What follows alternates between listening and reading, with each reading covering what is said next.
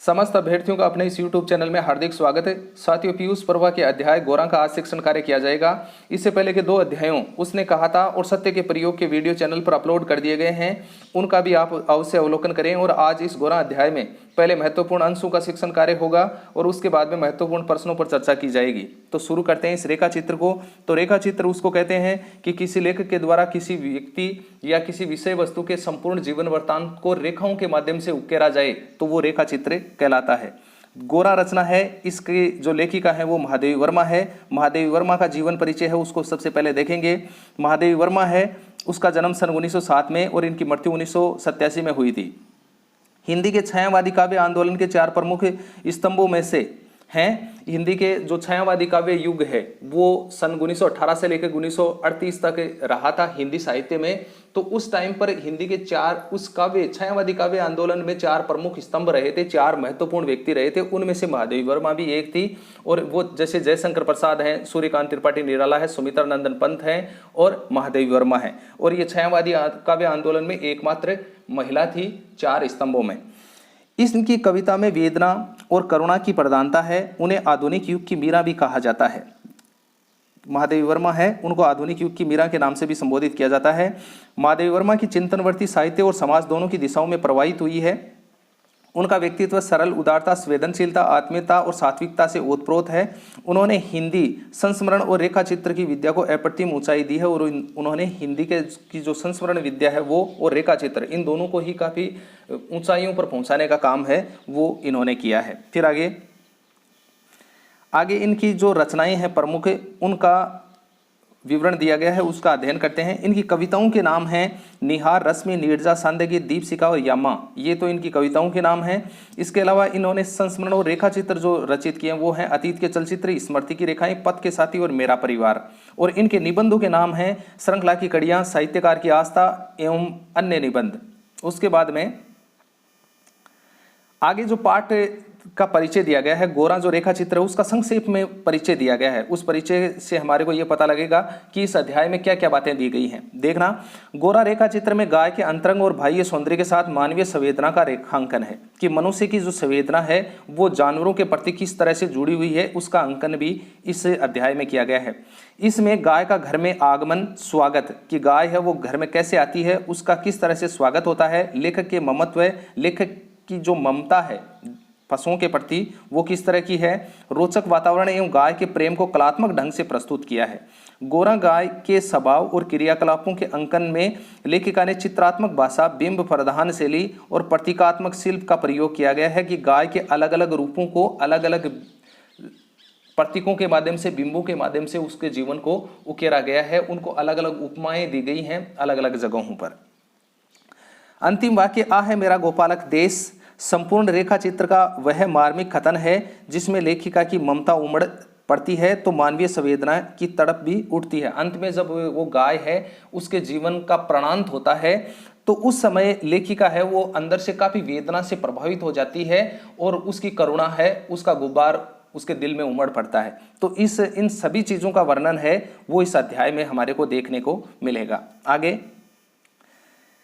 आगे जो अध्याय है वो शुरू होता है। यहाँ पर समस्त अभ्यर्थी ध्यान देंगे कि ये अध्याय है इसमें महत्वपूर्ण अंशों को शामिल किया गया है ताकि आपको इस अध्याय की सब बातें हैं वो समझ में आनी जरूरी हैं और उन्हीं अंशों को शामिल किया गया है जो आपकी प्रतियोगी परीक्षा के लिए महत्वपूर्ण है। जैसे इसमें स्टार्ट यहाँ से हो रहा है कि बहन ने एक दिन कहा कि तुम इतने पशु पक्षी पाला करती हो, एक गाय क्यों नहीं पाल लेती। यहाँ पर महादेवी वर्मा की बहन है वो महादेवी वर्मा को कह रही है कि तुम इतने पशु पक्षी हैं और उनको पालती हो तो क्यों ना एक गाय भी पाल लो जिसका कुछ उपयोग हो। वास्तव में मेरी छोटी बहन श्यामा अपनी लौकिक बुद्धि में मुझसे बड़ी है, यानी कि मेरी जो छोटी बहन श्यामा थी वो लौकिक बुद्धि यानी कि उनकी बुद्धि है वो कुछ अलग तरीके से काम करती है। तो वो भी उनकी बुद्धि है, उन्होंने भी मेरे को प्रभावित किया है और वो अगर कोई बात अगर मेरे को कहती है तो मैं उनका कहना है वो स्वीकार भी करती हूँ। ऐसा महादेवी वर्मा है वो स्पष्ट करना चाहती है। फिर आगे, यदि उस दिन उनके उपयोगितावादी संबंधी भाषण ने मुझे इतना अधिक प्रभावित किया कि तत्काल उसका सुझाव का कार्यान्वयन आवश्यक हो गया। उसके बाद में छोटी बहन ने जो मेरे को गाय पालने की जो सलाह दी थी उस सलाह को मैंने इस तरह से मेरे जीवन में उपयोग समझा और उनको सुझाव है, उनके द्वारा दिया गया सुझाव है, उसका कार्यान्वयन करना भी मेरे लिए जरूरी हो गया और उनकी की कही हुई बात है उसका मैंने पालन करने का निश्चय है वो कर लिया था। फिर आगे, पर उस दिन मैंने ध्यानपूर्वक गोरा को देखा और उसके बाद में वो गोरा गाय को देखती हैं कि पुष्ट लचीले पैर, भरे पुट्ठे और चिकनी भरी हुई पीठ, लंबी सुडोल गर्दन और निकलते हुए छोटे छोटे सींग और भीतर की लालिमा की झलक देते हुए कमल की दो अधखुली पंखुड़ियों जैसे लंबे जैसे कान और लंबी और अंतिम छोर पर काले सघन चामर का स्मरण दिलाने वाली पूंछ सब कुछ सांचे में ढला हुआ सा था और गाय को मानो इटालियन मार्बल में तराश कर उस पर ओप दी गई हो। यहाँ पर यह दिखाया गया है कि गाय है, उसका शारीरिक रंग रूप है या उसका जो ढांचा है वो किस तरह का है, इन चीज़ों को समस्त रूप से महादेवी वर्मा को काफ़ी प्रभावित किया है। गाय का जो शारीरिक संगठन है उसने तो, और गाय है उसकी सुंदरता का भी काफ़ी वर्णन किया गया है, जैसे इटालियन जो मार्बल है उससे भी उसकी उपमा दी गई है कि वो ऐसे लग रहा हो जैसे वो चारों तरफ से उसके लगा हुआ हो या ओप दिया गया हो, इस तरह से। फिर आगे, गोरा को देखते ही मेरे पालने के संबंध में दुविधा निश्चय में बदल गई और गाय जब मेरे बंगले पर पहुंची, मेरे मकान पर जब पहुंचती है तो तब मेरे परिचितों और परिचारकों ने, जो नौकर हैं, उनमें सरदा का जवार सा उमड़ आया और उसमें लाल सफ़ेद गुलाबों की माला पहनाई गई, केसर रोली का बड़ा सा टीका लगाया गया और घी का चौमुखा दिया जलाकर आरती उतारी गई और उसे दही पेड़ा खिलाया गया। उसका नामकरण गोरांगनी या गोरा पता नहीं, उसका बाद में नामकरण भी कर दिया गया, उसको गोरांगनी कहा गया और संक्षेप में हमने उसका नाम है वो गोरा रख लिया था। तो गाय है वो जैसे ही लेखिका के बंगले पर पहुंचती है तो गाय को लाल सफ़ेद गुलाबों की जो माला है वो पहनाई जाती है, केसर रोली का बड़ा टीका लगाया जाता है, घी का चौमुखा दिया जलाकर उसकी आरती भी उतारी गई, दही पेड़ा खिलाया गया। तो ये सभी क्रियाक्रम है ये गाय के साथ में किए जाते हैं। फिर आगे,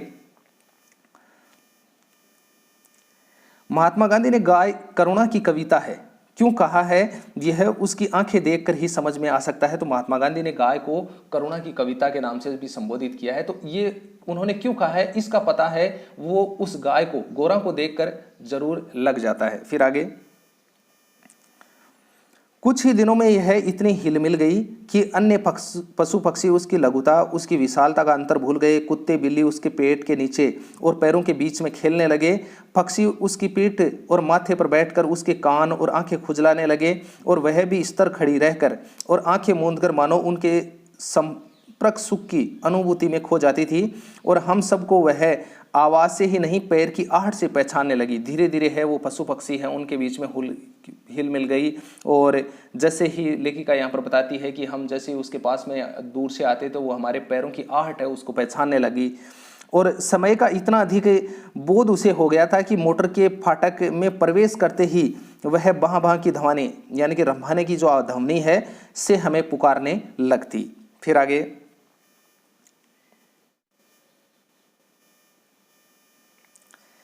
एक वर्ष के उपरांत गोरा एक पुष्ट सुंदर वत्स की माता बनी, एक छोटे बछड़े की माता है वो बनी। वत्स अपने लाल रंग के गेरों का पुतले जैसा जान पड़ता था और उसके माथे पर पान के आकार का श्वेत तिलक और चारों पैरों में खुरों के ऊपर सफ़ेद वलय, सफ़ेद रंग के जो चक्कर हैं वो ऐसे लगते थे कि मानो गेरू की बनी वत्स मूर्ति को चांदी के आभूषणों से अलंकृत कर दिया गया हो। बछड़े का नाम रखा गया लालमणि और बछड़े का नाम रखा जाता है लालमणि और परंतु उसे सब लालू के संबोधन से पुकारने लगे और सब हैं उसे लालू कहने लगे। आगे, अब हमारे घर में मानो दुग्ध और महोत्सव आरंभ हुआ। दुग्ध है वो गाय के द्वारा देने के कारण घर में जो दूध महोत्सव है वो आरंभ हो जाता है और गोरा प्रातः साय 12 सेर के लगभग दूध देती थी। अब लालमणि के लिए कई सेर छोड़ देने पर भी वह इतना अधिक शेष रहता था कि आसपास के बाल गोपाल से लेकर कुत्ते बिल्ली तक सब पर मानो दूधो नाहू का आशीर्वाद फलित होने लगा और कुत्ते बिल्लियों ने तो एक अद्भुत दृश्य उपस्थित कर दिया। दुग्धोदहन के समय सब गोरा के सामने एक पंक्ति में बैठ जाते और महादेव उनके आगे उनके खाने के लिए बर्तन निश्चित रख देता था। तो गाय है वो जैसे ही गाय का दूध जब निकाला जाता था तो समस्त जो पशु पक्षी और जितने भी जो जानवर हैं वो सब एक पंक्ति में आकर बैठ जाते। और यहाँ पर ये बताया जा रहा है कि महादेव नाम का कोई व्यक्ति है, वो सबके जितने भी जो पशु पक्षी या जो जानवर बैठे हुए होते थे उनके सामने उनके बर्तन है वो रख देते थे, ताकि जैसे ही गाय का दूध निकाला जाए तो उन बर्तनों में रख देने के बाद में अलग अलग जो जानवर हैं वो उस दूध का उपयोग कर सकें। फिर जब तक वे सब चलने न जाते, गोरा प्रसन्न दृष्टि से उन्हें ही देखती रहती, और जिस दिन उनके आने में विलंब होता वह रंभा रमा कर मानो उन्हें पुकारने लगती। और वो गाय है वो अन्य जानवरों के बीच में भी इतनी ज़्यादा उनसे करीबी हो गई कि वो जानवर जब उसके पास में नहीं आते तो वो पुकार कर उनको बुलाने लगती थी। फिर आगे, गोरा के दूध देने के पूर्व जो गवाला हमारे यहाँ दूध देता था, जब उसने इस कार्य के लिए अपनी नियुक्ति के विषय में आग्रह किया तब हमने अपनी समस्या का समाधान पा लिया। कि हमारे यहाँ पर कुछ गवाले हैं वो पहले दूध दिया करते थे, लेकिन जैसे ही हमने ये गाय लेकर आ गए तो वो जो गवाला है उसको हमने हमारी समस्या उसके बारे में बता दिया कि हम हमारे घर पर गाय लेके आ गए हैं, अब आपको यहाँ पर दूध देने की जरूरत नहीं है। तो गवाले क्या हैं कि उनको ऐसा लगता कि ये हमारे का साथ में ठीक नहीं हो रहा है, या हम हैं वो ये हमारा जो भी जो धंधा जिस दूध का जो चलता था वो अब नहीं चलेगा। तो इस वजह से गवाले क्या हैं कि वो एक अलग तरीके की यानी कि दुर्भावनावश ऐसा कार्य कर देते थे जो गायों के लिए विशेष तौर से बहुत ही खतरनाक साबित होता था। वो क्या करते थे देखना आगे। 2-3 मास के उपरांत गोरा ने दाना चारा खाना बहुत कम कर दिया और वह उत्तरोत्तर दुर्बल और शिथिल रहने लगी। चिंतित होकर मैंने पशु चिकित्सकों को बुलाकर दिखाया। वे कई दिनों तक अनेक प्रकार के निरीक्षण, एक्सरे आदि के द्वारा रोग का निदान खोजते रहे। अंत में उन्होंने निर्णय किया कि गाय को सुई खिला दी गई है जो उसके रक्त संचार के साथ हृदय तक पहुंच गई है। अब उस सुई के हृदय के पार हो जाएगी, तब रक्त संचार रुकने से उसकी मृत्यु निश्चित है। तो यहाँ पर गवाले हैं वो क्या करते हैं कि गुड़ में लपेटकर जो भी गाय होती थी उनको वो खिला देते थे। जहाँ पर उनका दूध नहीं लिया जाता था उन घरों में वो ऐसी गतिविधि किया करते थे। तो यहाँ पर 2-3 मास बाद में यानी कि जो गोरा है वो खाना दाना जो भी है चारा है या अनाज है जो खाना है वो छोड़ देती है और वो कमज़ोर रहने लगी। और उसके बाद में माधवी वर्मा है वो पशु चिकित्सकों को बुलाकर भी दिखलाती है और कई दिनों के निरीक्षण के बाद उसके कई एक्सरे किए जाते हैं। अंत में उन्होंने ये निर्णय लिया कि गाय को किसी ने सुई खिला दी है और उसके कारण रक्त संचार के साथ हृदय तक वो सुई पहुंच गई है। अब जैसे ही सुई हृदय के पार हो जाएगी और रक्त संचार रुकने से उसकी मृत्यु है वो हो सकती है। तो ऐसी बात चिकित्सक हमारे को बताते हैं। आगे अंत में एक ऐसा निर्मम सत्य उद्घाटित हुआ, यानी कि एक ऐसा बहुत ही हृदय को पिघल देने वाला ऐसा सत्य है वो हमारे सामने आया जिसकी कल्पना मेरे लिए संभव नहीं थी। फिर आगे, कुछ गवाले ऐसे घरों में जहां उनसे अधिक दूध लिया जाता था गाय का आना सह नहीं पाते थे। अवसर मिलते ही वे गुड़ में लपेटकर सुई उसे खिलाकर उसकी असमय ही मृत्यु निश्चित कर देते और गाय के मर जाने पर उन घरों में वे पुनः दूध देने लगते और सुई की पुनः वो दूध देने लग जाते थे। फिर आगे,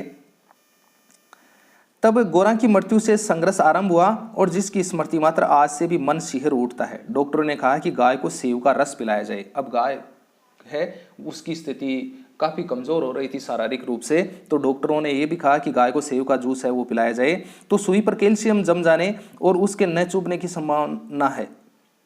तो गाय पर अगर जो गाय को सुई खिला दी गई है और उसकी सुई पर अगर कैल्शियम जम जाता है और उसके न चुभने की संभावना है, अतः नित्य कई शेर सेवों का रस निकाला जाता और नली से गोरा को पिलाया जाता। शक्ति के लिए इंजेक्शन पर इंजेक्शन दिए जाते। आगे, अब वह उठ नहीं पाती थी, परंतु मेरे पास पहुंचते ही उसकी आंखों में प्रसन्नता की छाया सी तैरने लगती थी। पास जाकर बैठने पर वह मेरे कंधे पर अपना मुख रख देती और अपनी खुरदरी जीभ से मेरी गर्दन चाटने लगती। और गाय है उसकी शरीर से हालत काफ़ी कमज़ोर हो जाने के बाद में भी, जैसे महादेवी वर्मा कहती है कि मैं उसके पास में जाती तो वो मेरे कंधे पर अपना सर रख देती थी और वो अपनी जीभ से शरीर को चाटने लगती। तो इस प्रकार की बात यहाँ पर महादेवी वर्मा के द्वारा बताई जा रही है कि गाय है वो शरीर से कमज़ोर जरूर हो गई है लेकिन फिर भी उसका ममत्व है या उसका अपने स्वामी के प्रति स्वामी भक्ति है वो आज भी मौजूद थी उसमें। लालमणि बेचारे को तो माँ की व्याधि और आसन मृत्यु का बोध नहीं था। फिर है कि उसे दूसरी गाय का दूध पिलाया जाता था जो उसे रुचता नहीं था, उसको अच्छा नहीं लगता था, और वह तो अपनी माँ का ही दूध पीना और उससे ही खेलना चाहता था। फिर आगे, इतनी हष्टपुष्ट और सुंदर दूध सी उज्जवल पेशवनी गाय अपने इतने सुंदर चंचल वत्स को छोड़कर किसी भी क्षण निर्जीव और निश्चेष्ट हो जाती, ये सोचकर भी आंसू आ जाते थे। और गाय यानी कि इतनी सुंदर हष्टपुष्ट और अच्छी थी और देखने में भी काफ़ी सुंदर लगती थी, तो उसके साथ में इस प्रकार की ये हालत हो जाने से मेरे को काफ़ी वेदना होने लगी, ऐसे ही महादेवी वर्मा कहती हैं। लखनऊ, कानपुर आदि नगरों से पशु विशेषज्ञों को बुलाया गया। लखनऊ है, कानपुर है, इन शहरों से बहुत से पशु विशेषज्ञ हैं, उनको भी बुलाया जाता है। स्थानीय पशु चिकित्सक तो दिन में 2-3 बार आ जाते थे, परंतु किसी ने भी ऐसा उपचार नहीं बताया जिसे आशा की कोई किरण मिलती। निरुपाय मृत्यु की प्रतीक्षा का मर्म वही जानता है जिसे किसी असाध्य और मरणासन रोगी के पास बैठना पड़ा हो। जब गोरा की सुंदर चमकीली आंखें और निष्प्रभ हो चली और सेव का रस भी कंठ में रुकने लगा, तब मैंने अंत का अनुमान लगा लिया था। अब मेरी एक ही इच्छा थी कि मैं उसके अंत समय उपस्थित रह सकूं, और दिन में भी ही नहीं, रात में भी कई बार उठ कर मैं उसे देखने जाती थी। और उसके बाद में शरीर की बहुत स्थिति है धीरे धीरे कमज़ोर होती गई, तो मैंने ये देख लिया था कि उन्होंने खाना पीना भी छोड़ दिया था, और जो सेव का जूस उसको पिलाया जाता था तो वो गले के नीचे नहीं उतर पाता था। इससे मैंने बिल्कुल ये अंदाज़ लगा लिया था कि अब गाय है वो बहुत ही मृत्यु के करीब है। उसके बाद में अंत में एक दिन ब्रह्म मुहूर्त में 4 बजे मैं गोरा को देखने गई। तब जैसे ही उसने अपना मुख सदा के समान मेरे कंधे पर रखा, वैसे ही एकदम पत्थर जैसा भारी हो गया और मेरी बाह पर से सरक कर धरती पर आ गया। और एक दिन ब्रह्म मुहूर्त में सुबह 4 बजे ऐसी हालत हुई कि वो गाय है वो धीरे धीरे उसके प्राणांत है वो हो जाते हैं, और गाय है वो महादेवी वर्मा के कंधे पर उसका सर रखा हुआ था, लेकिन धीरे धीरे जैसे ही उसकी मृत्यु हुई तो कंधे से उसका सर सरकता हुआ अंत में धरती पर आ जाता है, फलस्वरूप गोरा की मृत्यु हो जाती है। तो इस रेखा चित्र में ये गाय का बहुत ही अंत में बहुत ही दर्दनाक और प्राणांत होता है। अब आगे जो प्रश्न दिए गए हैं उन प्रश्नों का हम एक एक करके हल करेंगे। साथियों, अगर इस अध्याय में कहीं पर अगर कोई बात अगर आपको समझ में नहीं आई है तो मैं आपको बता देता हूं कि इन प्रश्नों के माध्यम से आपकी सभी बातें हैं वो क्लियर आपकी कर दी जाएंगी। जैसे महादेवी वर्मा है, उनका जन्म कब वह कहाँ हुआ, तो 1907 में फर्रुखाबाद उत्तर प्रदेश में उनका जन्म होता है। महादेवी वर्मा की मृत्यु कब हुई, तो महादेवी वर्मा की मृत्यु होती है 1987 में। फिर आगे है कि महादेवी वर्मा किस युग की कवयित्री थी, तो महादेवी वर्मा है वो छायावादी युग की कवयित्री थी, जो 1918 से लेकर 1938 तक यानी कि छायावादी युग का समय है। और छायावादी युग में महादेवी वर्मा 4 स्तंभों में से एक थी। महादेवी वर्मा की कविता में किस भाव की प्रधानता है, तो महादेवी वर्मा की कविता है उसमें वेदना और करुणा की प्रधानता रहती है। फिर है आधुनिक काल की मीरा किसे कहा जाता है, तो महादेवी वर्मा को आधुनिक काल की मीरा है वो कहा जाता है। महादेवी वर्मा के व्यक्तित्व में कौन से गुण थे, तो महादेवी वर्मा में सरलता, उदारता, संवेदनशीलता, आत्मीयता और सात्विकता के गुण हैं वो उनके व्यक्तित्व में समाहित थे। महादेवी वर्मा के कविता संग्रह कौन से हैं, उनकी कविताओं के नाम हैं निहार, रश्मि, नीरजा, सांध्य गीत, दीपशिखा और यमा, ये उनके कविताओं के नाम हैं। महादेवी वर्मा के संस्मरण और रेखा चित्र कौन से हैं, तो अतीत के चलचित्र, स्मृति की रेखाएं, पथ के साथी और मेरा परिवार, ये उनके रेखा चित्र और संस्मरणों के नाम हैं।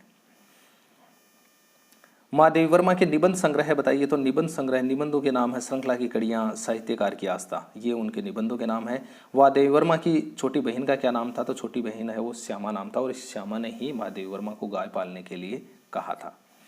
फिर महादेवी वर्मा किस उद्देश्य से पशुपालन नहीं करती थी, तो वह खाद्य समस्या के समाधान के लिए वो पशुपालन है वो नहीं करती थी। गोरा के पैर, पुट्ठे और पीठ कैसे थे, तो पुष्ट हैं वो लचीले, भरे पुट्ठे और चिकनी भरी हुई पीठ थी। इस तरह का उसका शारीरिक संरचना है वो गाय की थी। गोरा की गर्दन व सींग कैसे थे, तो सुडोल गर्दन और निकलते हुए छोटे छोटे सींग थे। फिर महादेवी वर्मा ने गोरा के कान को किसके समान बताया, तो भीतर की लालिमा की झलक देते हुए कमल की 2 अध खुली हुई पंखुड़ियों जैसे उसके कान थे। गोरा की पूंछ का महादेवी ने कैसे वर्णन किया है, तो अंतिम छोर पर काले सघन चामर का स्मरण दिलाने वाली पूंछ थी। इस तरह से उन्होंने पूंछ का वर्णन किया है। स्वस्थ पशुओं के रोमों की क्या विशेषता होती है कि स्वस्थ पशु के रोमों में एक विशेष चमक होती है। गोरा का स्वागत कैसे हुआ? गुलाबों की माला पहनाई गई, केसर रोली का टीका लगाया गया, चोमू का दिया जलाया गया और दही पेड़ा उसको खिलाया गया। साथियों, अगर आप चैनल पर नए हैं तो चैनल को सब्सक्राइब जरूर कर लें ताकि आने वाले जितने भी जो पीयूष पर्वा के अध्याय से संबंधित वीडियो हैं उनके नोटिफिकेशन आपको सर्वप्रथम प्राप्त हो सकें। आगे 18 नंबर के सवाल में है कि महादेवी वर्मा ने अपनी गाय का क्या नामकरण किया। तो गाय का नामकरण है वो गौरांगनी या गोरा किया जाता है। गाय करुणा की कविता है, ये किसने कहा? तो ये कहा था महात्मा गांधी ने। महादेवी वर्मा की मोटर फाटक में प्रवेश करते ही गाय की क्या प्रतिक्रिया होती थी? तो वह बां बां की ध्वनि करके उसे पुकारने लगती थी कि महादेवी वर्मा जैसे अपनी मोटर में बैठती थी तो गाय है वो उसको अपनी आवाज़ के माध्यम से पुकारती थी। गोरा के निकट जाने पर गोरा क्या करती थी? वह सहलाने के लिए अपनी गर्दन है वो बढ़ा देती थी। कितने वर्ष पश्चात गोरा ने एक पुष्ट सुंदर वत्स को जन्म दिया? एक बछड़े को जन्म देती है तो 1 वर्ष पश्चात। गोरा के पुत्र की विशेषता बताई कि माथे पर पान के आकार का श्वेत तिलक और चारों पैरों के खुरों पर एक सफ़ेद आकृति बनी हुई थी। इस तरह से जो लालमणि बछड़ा था उसका वर्णन किया गया है। गोरा के पुत्र का क्या नाम रखा गया? तो उसको लालमणि या लालू के नाम से संबोधित किया जाता था। लालमणि कैसे रंग का था? तो लालमणि गेरू रंग का था। फिर गोरा प्रातः है और सायं कितना दूध देती थी? तो 12 सेर के लगभग वो दूध है वो दिया करती थी। दूध दोने के समय कुत्ते और बिल्लियां क्या करते थे? वे गोरा के सामने पंक्ति में बैठ जाते थे। गोरा की कृतज्ञता जताने के लिए कुत्ते बिल्ली क्या करते थे? वे उसके चारों ओर उछलने और कूदने लगते थे। फिर गोरा का दूध दोहने के लिए किसे रखा गया? जो ग्वाला महादेवी के यहाँ दूध देने के लिए आता था उसको यानी कि दूध दोहने के लिए रखा गया था। गाय की बीमारी का क्या कारण था? कि उसे सुई खिला दी गई जिससे रक्त संचार के जरिए वो हृदय तक पहुंच चुकी थी। फिर आगे है गोरा की मृत्यु कैसे हो सकती थी? सुई गाय के हृदय के पार हो जाए, जैसे वो सुई हृदय से पार होगी तो रक्त संचार है वो रुक जाएगा, रुकने के कारण गाय की मृत्यु हो सकती थी, ऐसा डॉक्टरों ने बताया था। गाय को सुई किस प्रकार खिलाई गई? तो गुड़ की डली में गुड़ के टुकड़े में डालकर यानी कि सुई है उसको खिला दिया गया। गाय की जैब कैसी होती है? तो यहाँ पर खुरदरी बताई गई है। और महादेवी बीमार गोरा से किस समय मिलने गई? जब वह गाय की अंतिम यात्रा का समय था तो ब्रह्म मुहूर्त में 4 बजे वो गाय से मिलने के लिए जाती है और उसी समय उसकी मृत्यु हो जाती है। अंतिम समय गोरा ने क्या किया? तो उसने अपनी गर्दन को महादेवी के कंधे पर रख दिया और मृत्यु को प्राप्त हो गई, जिसकी स्मृति मात्र से ही आज मन शिहर उठता है। लेखिका की वह वेदनामयी स्मृति क्या थी? वो थी गोरा की मृत्यु। ये लेखिका को काफ़ी प्रभावित करती है। फिर ये आपके समस्त हैं, ये 36 प्रश्न हैं, ये पूर्ण हो चुके हैं।